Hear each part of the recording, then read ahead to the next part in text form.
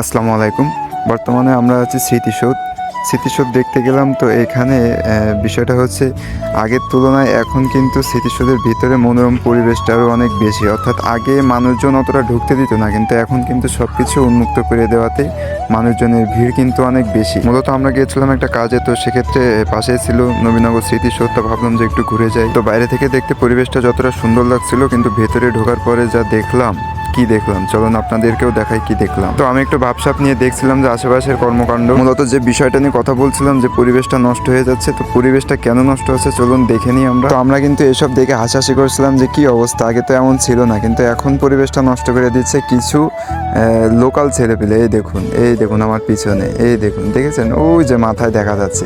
তো এদের কারণে কিন্তু ভেতরে ফ্যামিলিগতভাবে ঢোকার কোনো প্রশ্নই ওঠে না, কারণ এরা যেসব কর্মকাণ্ড করে সামনের পরে, তো সেক্ষেত্রে সাথে যদি মা বোন বা অন্যান্য কেউ থাকে তাহলে কিন্তু আসলে এখানে নিজেদেরই লজ্জায় পড়তে হয়। আগের তুলনায় এখনকার স্মৃতিসৌধ কিন্তু আগের তুলনায় অন্যরকম, কারণ এখন এটা অনেক সুন্দর করা হয়েছে। আশেপাশের সাইডে অনেক গাছপালা, সুন্দর সুন্দর ফুল গাছ লাগানো হয়েছে। তো দেখে আসলে অনেক ভালোই লাগছিল।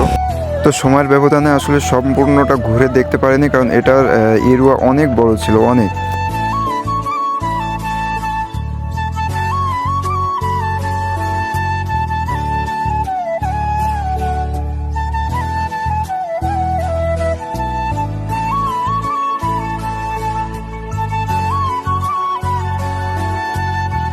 তো সর্বলাস্ট আমরা কাজ সেরে কিন্তু চলে গিয়েছিলাম, এই দেখুন, এশিয়ান বিশ্ববিদ্যালয়। তো সময়ের ব্যবধানে ভেতরে পরিবেশটা আপনাদেরকে দেখাতে পারলাম না, এর ভেতরে পরিবেশটাও কিন্তু অনেক সুন্দর।